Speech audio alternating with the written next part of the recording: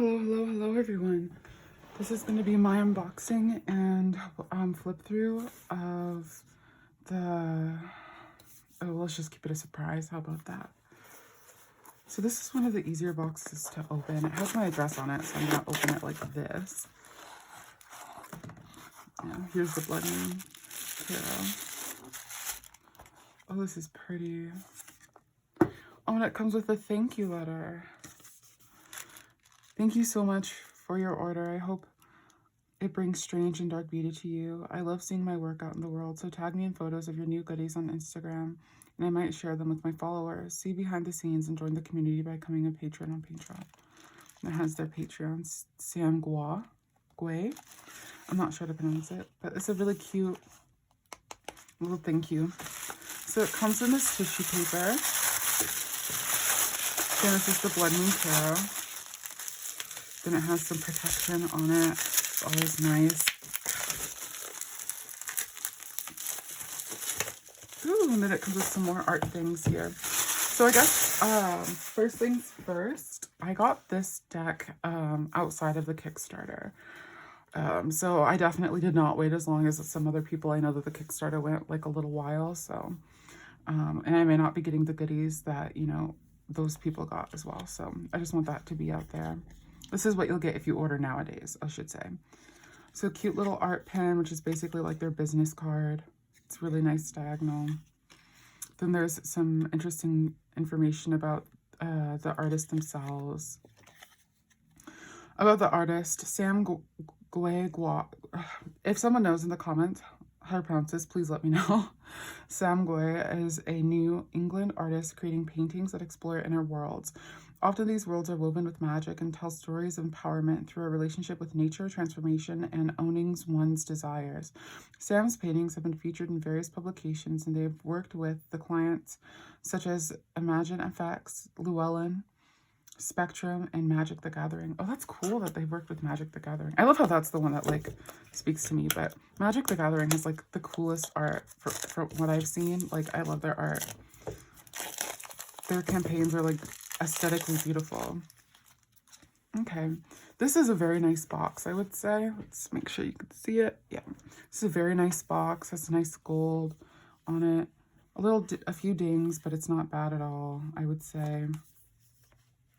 The Bloodmoon Tarot is a fully illustrated 78 card deck by Sam Gui. Each image is lush with detail from the artist's personal mythologies. The minor arcana is expressed through the unique suits of dreams, songs, skins, and honey, while the major arcana presents a series of enchanting dreamlike visions. So that's kind of interesting, right? It has its own system. Oh, I love this inside. I love this art. I love the storks. I think they are storks, maybe cranes. Ooh, and it has some nice gold gilding, some sparkles. Here's the inside.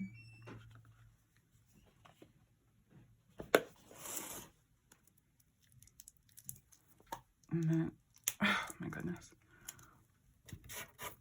I got a file that way I don't like hurt anything, but I can like loosen it up. See, it works. It works. If you ever need to get into something you don't want to hurt it, file it.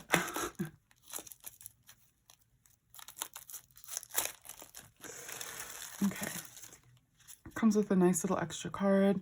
Thank you, dearest friends, family, patrons, and backers who generously supported the creation of this dream project. The Bloodmoon Tarot suits correspond to the additional suits as follows. Dreams are swords or air. Songs are cups or water. Skins are wands or fire. Honey is pentacles or earth. For the more on the meanings of the cards, you can download a free guide or purchase a copy of the art and guidebook at Bloodmoon Tarot. Oh, so it's out of order, I would say, because this is the 9. This is the 9 of water, right? Or maybe they're just stuck together. Yeah, so they're a little stuck, but this is definitely out of order. Okay, let's see. Let's see how we can. Yeah, because we have the 2 of songs, or the 9 of songs, the 3 of songs, page of songs. Mind you, I just opened it. So, oh, and the page of dreams. So yeah, this is pretty out of order, I would say. The cards are a little stuck together. So I'll just like unstick cards as we go. Still beautiful art, right? And the cardstock feels really nice. It smells kind of chemically. I don't know if anyone else smells decks, but okay. Let me make sure that it's zoomed in enough and move that file.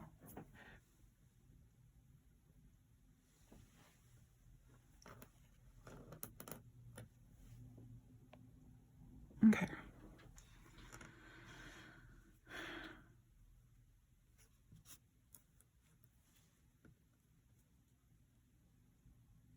So we have the 9 of Songs. So that would be the 9 of Cups. 3 of Songs. Page of Songs. Page of Dreams, which I believe is Swords. Ace of Dreams. This is such an interesting way to interpret the Ace of Swords. I love it. 4 of Dreams. Resting and recuperating in an all-seeing hand. It's crying for you. 10 of Dreams. Ultimate defeat. It's an interesting interpretation of that. Then we have Death. I love this interpretation. The way that tears are kind of incorporated is really interesting. And I love the borders. They change, right? I don't know if it's based on suit. I think it's based on suit that these borders are changing. Night of Dreams. Reminds me of a chrysalis almost. 2 of Dreams. Decision making, I guess. Oh yeah, you are stuck together. Okay, let me just separate these, sorry. Okay. And this is very nice cardstock. I kind of wish it was in order, but it doesn't bother me too much, really. The cardstock is really nice. I think the sticking is the most worrisome thing to me, but nothing is ripped so far, so I'm a happy camper. Oopsie. Then we have the 8 of Dreams. Judgment. The World. I love this world. I love the way that air is almost flesh-like. It's given a sort of physicality.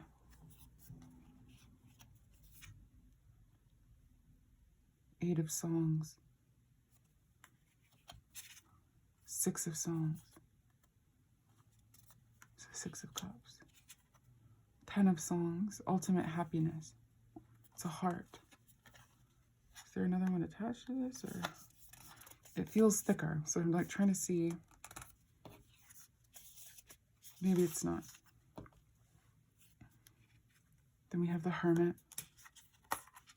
I love this interpretation. I love this world that they exist in, with eyes, ever present.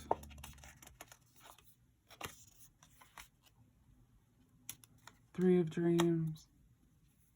3 of Swords. 8 of Dreams. Trapped.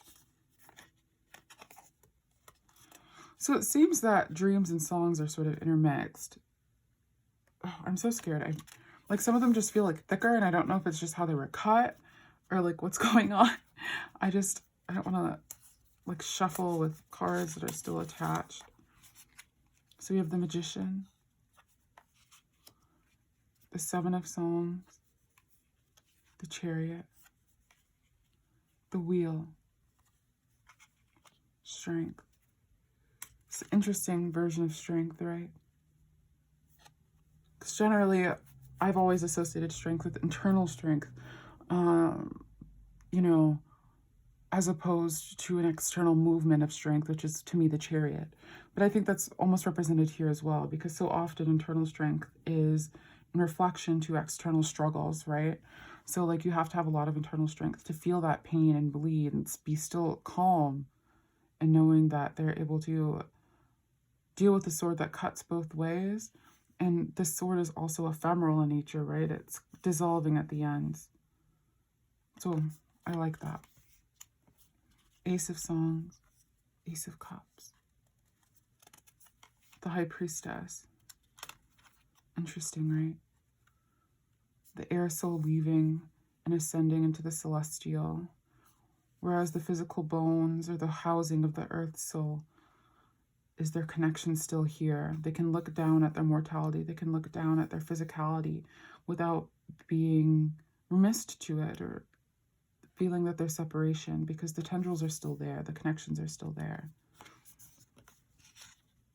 Knight of Dreams. 5 of Dreams. Disappointment, sadness, struggle. This almost reminds me of the Sistine Chapel. Adam searching to like put his finger to God, but it's a more violent scene. These sort of dog or lupine creatures seem to be so often represented when there's some sort of struggle in this deck, which is cool. And then we have the 9 of Dreams. Interesting. Anxiety. Eyes closed to something, but still seeing and crying for it. 4 of Dreams. Anxiety. Knight of Songs, the Knight of Cups. 4 of Songs. Not wanting something, but being offered it. Interesting. 2 of Songs. Swans making a heart. Reminds me of Agnesolg. Ingersolg? Ingersolg? Oh, I don't know how to pronounce it.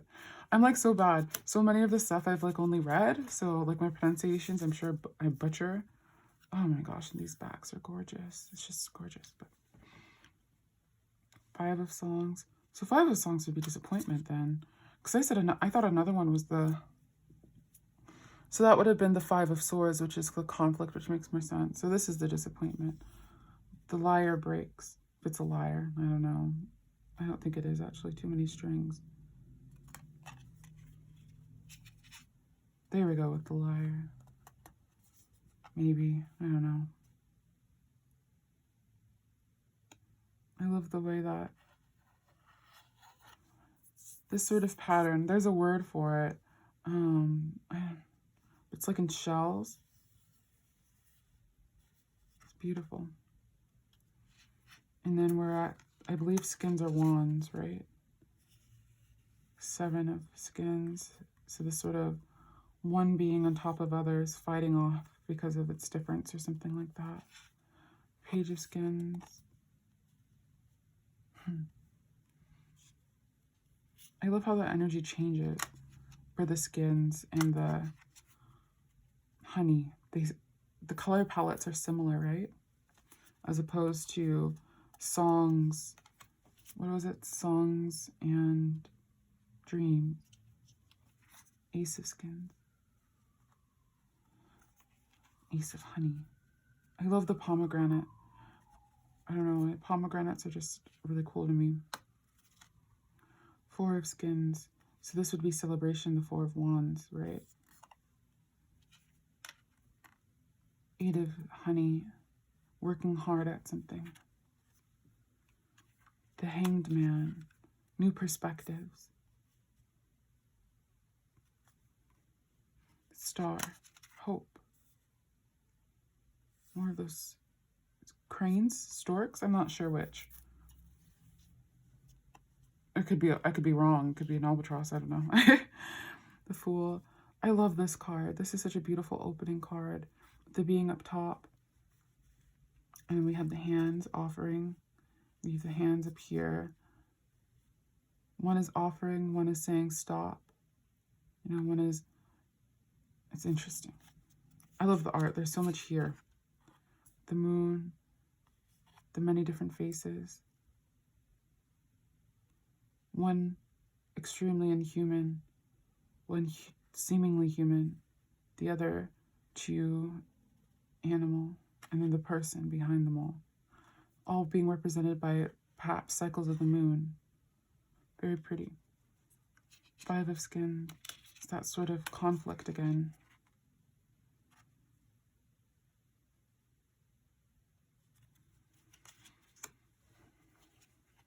Three of skins. You know, I have the worst time with the 3 of wands and the 2 of wands. I never quite know how to interpret them. I think those are the only 2 that are in order. Huh, that's interesting. 2 of honey.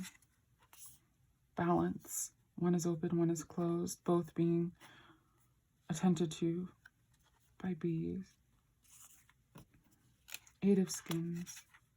To me, this doesn't quite encapsulate fast movement, but perhaps in this deck it has a different meaning. Knight of skins. Oh, it's connected at the bottom. I love this. I don't know, this artwork is why I got it. I'm just obsessed with this artwork. The sun.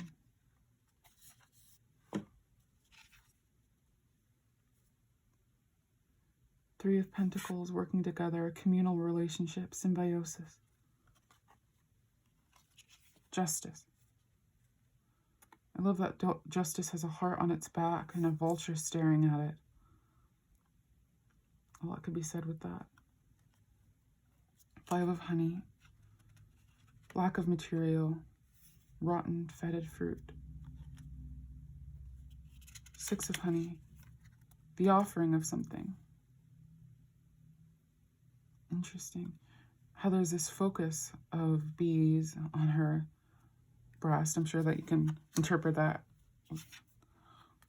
9 of skins. Interesting. To me, this doesn't look like someone who's gone through a lot. Doesn't look like someone who's battle-hardened. Doesn't look like someone who's at the end of a strong journey. I wonder what this would mean in the guidebook. I don't own the guidebook. That'll have to be something I'll buy later, I'm sure.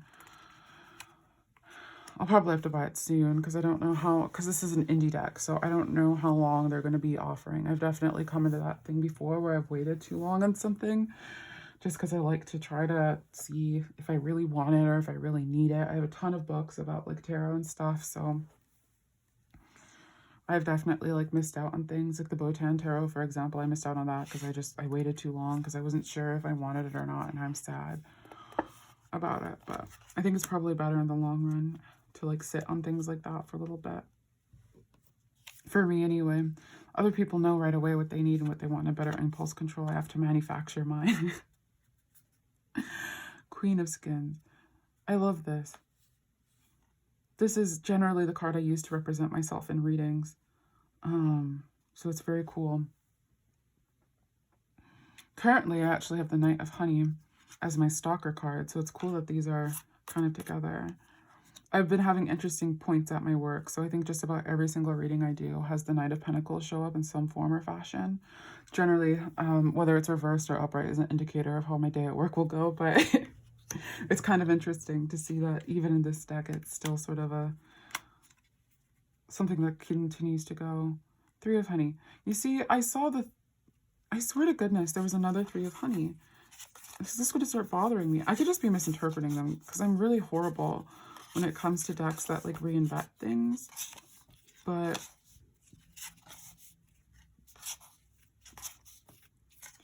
that must have been it. Because I know I was talking about like 3 of Pentacles working together with like one of these cards.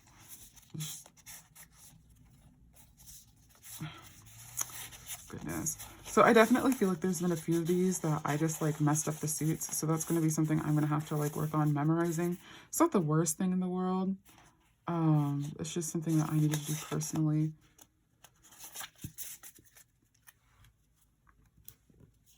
So we have this working together situation. Then the Devil.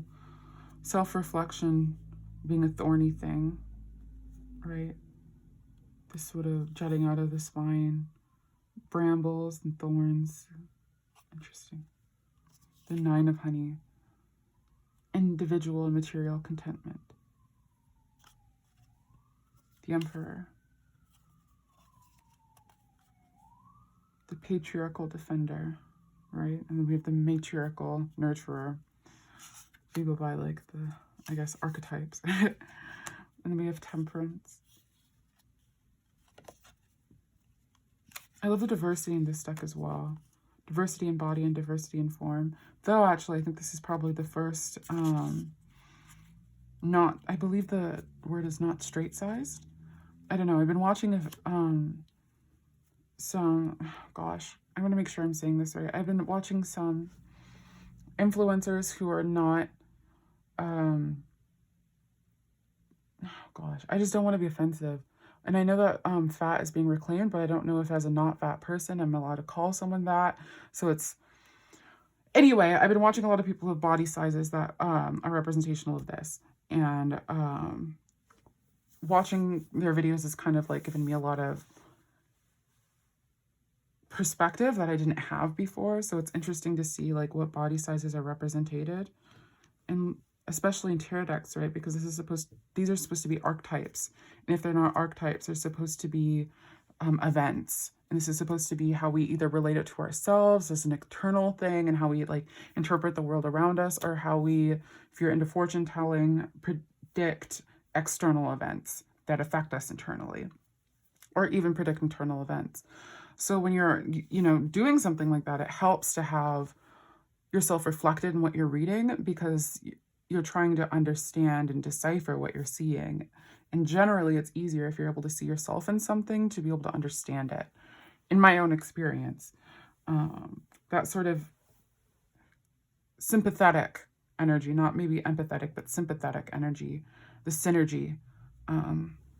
So while I think there is definite diversity in presentation of pigment and like melanin and stuff like that, I don't know if body sizes or something like that. And that's not to say to critique the deck. This is just me like observation, me making observations and stuff like that. So you have the 6 of honey. So this would be the offering one. Oh my goodness. Was that the... So this is the one of I'm holding on too much. So I just misread the numerals. Interesting. So this is hoarding, and this is giving, which makes much more sense. Okay, cool. Then we have the King of Honey, Queen of Honey, and the Empress, the matriarchal nurturer, the Queen of her hive. Interesting. Whereas the other one reminded me more of the Green Man. 10 of Skins, so that would be the 10 of Wands, so that would be burden, perhaps so heavy one can't hold it up. Then we have the King of Skins, the King of Wands, the skull, cap, mask, and finger pointing, that's a snake. Oh my gosh, this is the deck. This is the card that made me want to get the deck. When I saw this card, it was over. I said I had to get it. The Lovers is just, this is everything I ever needed, ever. Like, I want to buy the deck again just to get a print of this and put it on my wall. Like, oh my gosh. 4 of Skins. 6 of Skins, sorry. So this is success, right? Because this is 6 of Wands, so this is victory. It's a very critical victory if it is. And then 10 of Honey, the 10 of Pentacles. Interesting, right? Because this is new growth coming from the old. And the 10 of Honey is supposed to represent wealth that is intergenerational, family that is intergenerational. There's a focus on that. All right, so let's see how the deck shuffles. It's a little stiff, but I feel like once you work with it for a while, it'll be good. And I feel like that stiffness will lend itself to ability to be used a lot. Like, I don't feel like I would have worries of this like bending and breaking like I do with some decks. And let's see what it does on a Riffle Shuffle.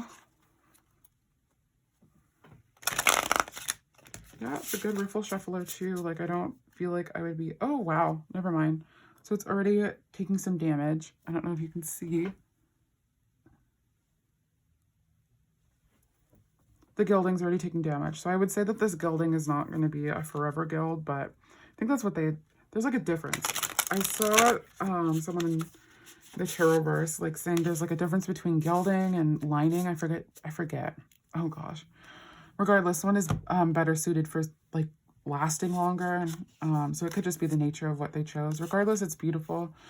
And if you're just someone who likes to look at decks and use them as like collections of artwork, that's also amazing. Alrighty, so I hope this was a really cool flip through and unboxing of the Bloodmoon Tarot. I know that there's tons of these, so thank you for watching mine, and I hope you have a wonderful rest of your day.